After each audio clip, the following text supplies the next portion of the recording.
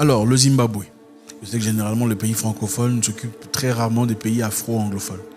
Le Zimbabwe est un pays très intéressant. Je pense que chacun devrait s'informer, car c'est très important. L'Afrique est comme ça. On ne peut pas s'en évader. On ne peut pas s'en échapper, malheureusement. Le Zimbabwe est un pays très intéressant et aujourd'hui, on va essayer de plonger là-dessus. Il y a des choses très importantes qui se passent. Le Zimbabwe traverse un moment très difficile depuis plusieurs années déjà, quelques décennies déjà.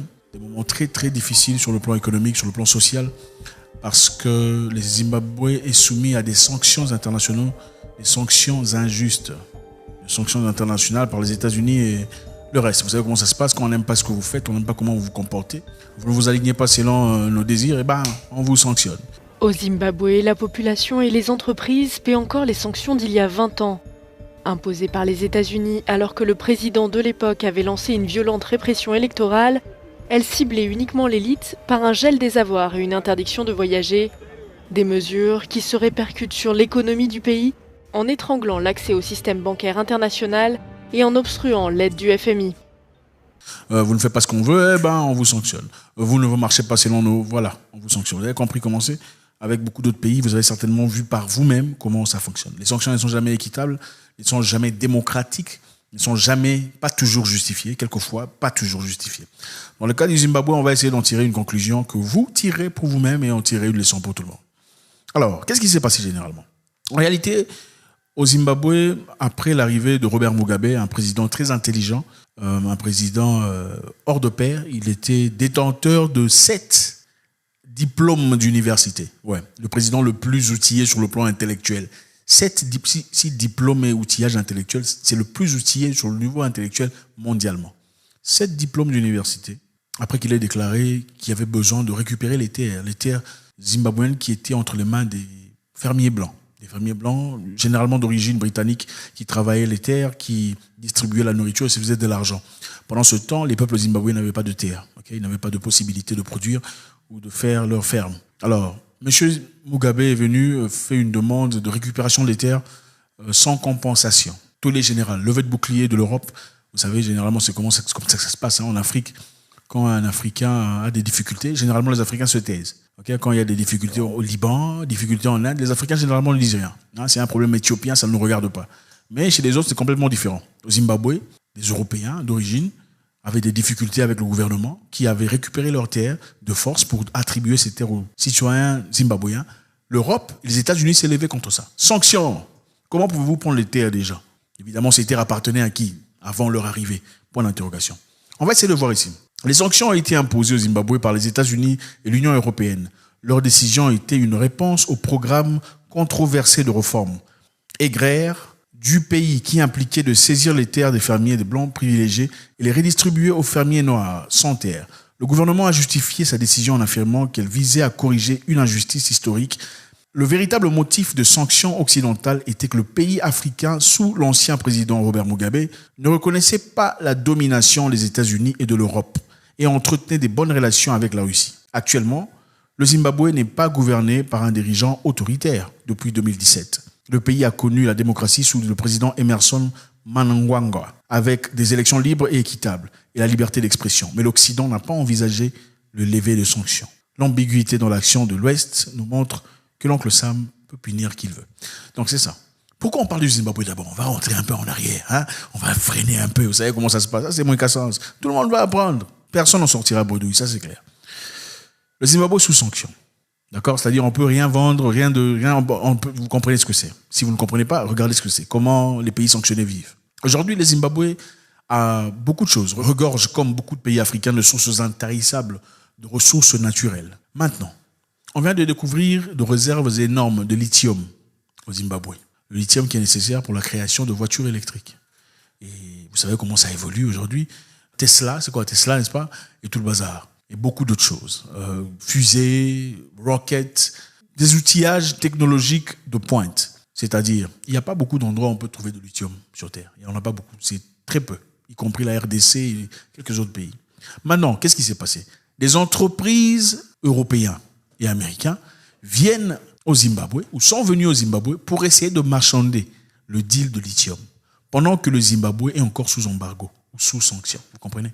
On a sanctionné le Zimbabwe parce que le Zimbabwe, avec le président Mugabe, a décidé de récupérer les terres des fermiers blancs qui travaillaient illégalement, en tout cas, parce que leur père avait récupéré les terres par la violence, évidemment. Ils ont récupéré les terres pour attribuer à certains Zimbabwéens, pour qu'ils deviennent fermiers. Levée de bouclier en Europe, aux États-Unis, sanctions sur le Zimbabwe. On a accusé le Zimbabwe de, vous savez, on vous accuse toujours d'atrocités, de machin histoire, il n'y a pas de liberté d'expression et tout le bazar. Mais bon, les sanctions sont généralement pour autre chose. C'était clair et évident. Maintenant, comme le Zimbabwe ne peut pas trader ouvertement avec les pays européens, sous ces sanctions administrées de plein fouet par les États-Unis et l'Europe, on a quand même découvert qu'il y avait des réserves importantes de lithium au Zimbabwe. Alors, raison pour laquelle certaines entreprises, vous savez, ont toujours besoin d'argent dans un monde capitaliste, sont venues au Zimbabwe pour essayer de marchander des marchés en catimini à travers d'autres entreprises. Ils ne viennent pas ouvertement, hein, jamais ils ne viennent ouvertement. Ils envoient quelqu'un, un sous-traitant, le sous-traitant envoie un autre sous-traitant pour aller négocier. Maintenant, pourquoi ils viennent négocier le lithium de Zimbabwe si le Zimbabwe est sous sanction? Il faudrait carrément seulement dire, bon écoutez, levez les sanctions, soyons honnêtes avec vous-même, n'est-ce pas? Les sanctions ont frappé dur le Zimbabwe depuis plusieurs années. Beaucoup de Zimbabwéens vivent en Afrique du Sud aujourd'hui, un pays voisin. Évidemment, beaucoup traversent la frontière en sautant. Ce n'est pas facile à travers le parc. Imaginez, il y a des lions, des crocodiles, des éléphants, des serpents, mais tu dois sauter parce que la vie ici, c'est compliqué. Ça rigole pas, hein? Il y a des gens courageux. En fait, il y avait d'abord, je crois qu'il y avait un electrical fence. Il y avait, comment vous appelez ça? Des barbelés électriques qui séparaient le Zimbabwe de l'Afrique du Sud pendant l'apartheid pour éviter à ce que les Zimbabwéens viennent en Afrique du Sud. Mais avec Mandela, il a demandé la suppression de l'électricité, c'est ça, hein, seulement. Suppression de l'électricité. On a quand même laissé les barbelés quelque part. Mais quand même, il y avait un danger parce que quand vous traversez, c'est directement dans le parc. Beaucoup de gens sont bouffés par des crocodiles. Donc il y a des trucs vraiment... enfin bref. Premier African Mineral. Ça, c'est l'entreprise au Zimbabwe qui reçoit les demandes venant de l'Europe. C'est une société minière et de développement de ressources naturelles. Elle acquiert et développe de ressources minérales en Afrique. Elle traite une variété de produits tels que le lithium, la tantale, la potasse, la tungstène, le calcaire et beaucoup d'autres choses. Premier Africain est impliqué dans un projet de forage de lithium et la tantale au Zimbabwe. Et on a rapporté des résultats très positifs. Donc c'est une entreprise évidemment qui travaille au Zimbabwe, qui se fait de l'argent à travers des minerais. Et ces gens là-bas ont décidé de venir contacter l'entreprise en catimini pour récupérer les minerais. Vous voyez un peu comment... Maintenant que l'Occident perd son emprise sur les pays riches en minerais comme la RDC, petit à petit, l'Occident est bien conscient qu'il ne peut pas acheter le lithium directement au Zimbabwe, car ce serait une violation de ses propres sanctions. C'est pourquoi l'Occident a stratégiquement déployé des entreprises pour se précipiter sur les réserves minérales dont il a besoin. Dans leur tentative de sécuriser le lithium, certaines entreprises européennes ont approché le PDG de Premier African Minerals, George Roach, et ont demandé un accord au projet de lithium de son entreprise au Zimbabwe. Encore une fois, une hypocrisie. Je ne sais pas, dites-moi. Vous savez ce qui s'est passé récemment entre la Russie, enfin la Russie, vous savez, c'est toujours courant, la Russie et l'Ukraine. On avait dit on ne prendra désormais pas les éléments venant de la Russie. On ne veut pas du gaz russe et tout le bazar. Mais en attendant, il y avait des pays là-bas en Europe qui partaient dans la mer, rencontraient un autre pays. La Russie vend ouvertement le gaz à un pays qui achète le gaz. Maintenant, les pays européens vont acheter le gaz chez le pays qui a acheté le gaz chez la Russie. Mais ils disent qu'ils sont en train de sanctionner la Russie. Ça, c'est quoi? C'est hypocrisie.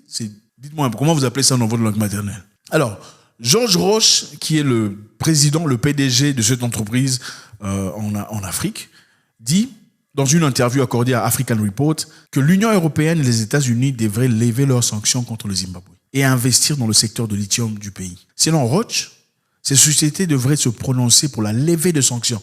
Donc arrêtez de faire les hypocrites. Si vous voulez ce qui nous appartient. En fait, tu as quelqu'un à qui tu ne parles pas, mais tu aimes les mangues de chez lui. Maintenant, tu vas aller chercher les voisins. Est-ce que tu peux me donner les mangues de chez lui là-bas? Non. Il faut aller voir la personne, dit mon cher. En tout cas, l'histoire là, entre nous deux, je pense qu'on peut pas, parce que vraiment, hein, ce n'est pas profitable. Cherchons à moi, hein, les papayes et les mangues que je vois chez toi, c'est intéressant. J'en ai besoin vraiment. Excuse-moi. N'est-ce pas? N'est-ce pas ou pas? Non, dites-moi, n'est-ce pas ou pas? Tu aimes les mangues de quelqu'un. Mais tu vois, continuons notre histoire. Il dit, l'Union européenne et les États-Unis devraient lever les sanctions contre le Zimbabwe et investir dans le secteur de lithium du pays. Selon Roche, ces sociétés devraient se prononcer pour la levée de sanctions contre le Zimbabwe. Le pays possède l'une des plus grandes réserves de lithium d'Afrique. En effet, l'une de ces mines qui se situe à la province de Mavsigo, possède une réserve de 10 millions de tonnes de lithium. 10 800 000 tonnes de lithium. Ça, c'est beaucoup de choses. Donc, il dit que ces entreprises doivent se lever pour demander un lever comment vous appelez ça, lever de sanctions contre le Zimbabwe. Au lieu de venir en catimini, aller chercher l'enfant, comme si tu aimes la fille d'autrui, hein, mais tu veux l'emmener dans le noir. Non, il ne faut pas l'emmener dans le noir. Il faut venir ouvertement frapper la porte. Bonjour, voisin, on s'est battu il y a longtemps, hein, mais je vois que la petite là a grandi. Hein. Est-ce qu'on peut négocier? Est-ce que je peux payer des... Je peux peut-être payer des... Hein? Je peux... Aïe, aïe, aïe. Et comme Georges l'a déclaré, l'Occident devait venir lui-même dans la nation sud-africaine. Donc, n'est pas passé par moi. Venez dans la nation. Vous voyez, il y a des gens. Donc, c'est-à-dire, la corruption n'a pas de couleur. C'est vrai que il faut éviter d'être extrémiste dans la vie, c'est-à-dire condamner un groupe de personnes parce qu'ils sont différents de vous. Parce qu'il y a des gens bien partout. Okay? Ce monsieur dit, qui est clairement... voilà, un Européen d'origine, surtout s'il passe ses arrière-grands-parents. Il dit, l'Occident devrait venir lui-même dans la nation sud-africaine, commencer à raffiner le lithium tout en supprimant les sanctions vieilles de plus d'une décennie, non pertinentes. L'Occident devrait comprendre qu'il ne réussira pas sa diplomatie de porte dérobée tout en imposant des sanctions sur le front. Il devrait commencer à respecter les nations africaines comme des égaux et non comme des maîtres. Sinon, il continuera à perdre son influence sur le continent. Vous voyez, quelqu'un qui est honnête. Hein? Donc, venez ouvertement. Venez seulement vous excuser. Venez travailler de profit à profit. Venez travailler de homme à homme. Ne venez pas nous imposer vos sanctions qui restent là. En fait, Mugabe, c'est le président qui a été sanctionné. C'est lui qui a pris ces décisions de récupérer les terres et donner aux Africains. Les sanctions, c'était sur base de Mugabe. Maintenant, réfléchissons là. Si vous sanctionnez le pays et que l'argent perd sa valeur, il y a inflation, il y a besoin de beaucoup de billets comme ça pour acheter du pain. Hein, pour acheter un pain comme ça, il faut beaucoup de billets comme ça. Le Zimbabwe, à un moment donné, a commencé à se servir du dollar parce que l'argent a perdu sa valeur. Vous voulez punir le président qui vit dans son palais avec des milliards de dollars. C'est le président que vous punissez ou bien c'est la population que vous punissez en réalité? Non, il faut nous dire. C'est le président qu'on punit ou c'est la population? Bon, Mugabe est mort depuis longtemps. Depuis quelques années déjà, il y a un nouveau président. Pourquoi les sanctions sont toujours là? Pourquoi le Zimbabwe est toujours sanctionné? Pourquoi le Zimbabwe est toujours sanctionné? Bon, maintenant qu'on a besoin des choses venant du Zimbabwe, je pense que le moment est venu, on va commencer à parler gentiment du Zimbabwe. Disons, en fait, on avait levé les sanctions depuis très longtemps. Attendez, vous allez voir. On avait levé les sanctions depuis très longtemps, simplement, on n'a pas eu le temps, compte tenu des difficultés européennes, américaines. Écoutez, vous allez voir ici. Le Zimbabwe est l'un des gouvernements le plus instruits, avec Mugabe. Le gouvernement le plus instruit au monde. Le président est titulaire de 7 diplômes d'université. 7 diplômes d'université. Robert Mugabe. Il ne faut pas jouer avec les gens, vous parlez français là. Non, 7 diplômes d'université. 0 français dans sa bouche. Sa femme est titulaire d'un doctorat. Tout comme le gouverneur de la Banque de réserve et une foule d'autres ministres. Un président comme ça. Le Zimbabwe est le pays le plus lettré en Afrique. Le pays le plus lettré.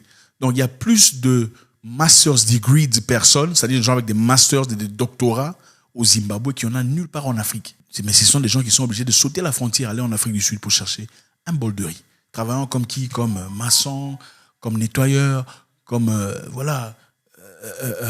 waiter c'est quoi? Comme garçon de chambre, tout ça. Si les diplômes représentaient la réussite d'un pays, le Zimbabwe serait au top. Ces gens doivent venir honnêtement. Dire, ok, on sait, ça fait longtemps on a fait des bêtises. Finissons ça. Parlons d'homme à homme, négocions, avançons. C'est comme ça. En Afrique du Sud, on est parti chercher le gaz. Ici, en Afrique du Sud, on cherche des moyens alternatifs pour l'Europe. L'Allemagne traverse un moment très difficile sur le plan alimentaire. On en parlera prochainement. Merci infiniment les amis. C'est toujours avec beaucoup de plaisir. Faites-nous savoir. On n'en sort jamais bredouille. God bless.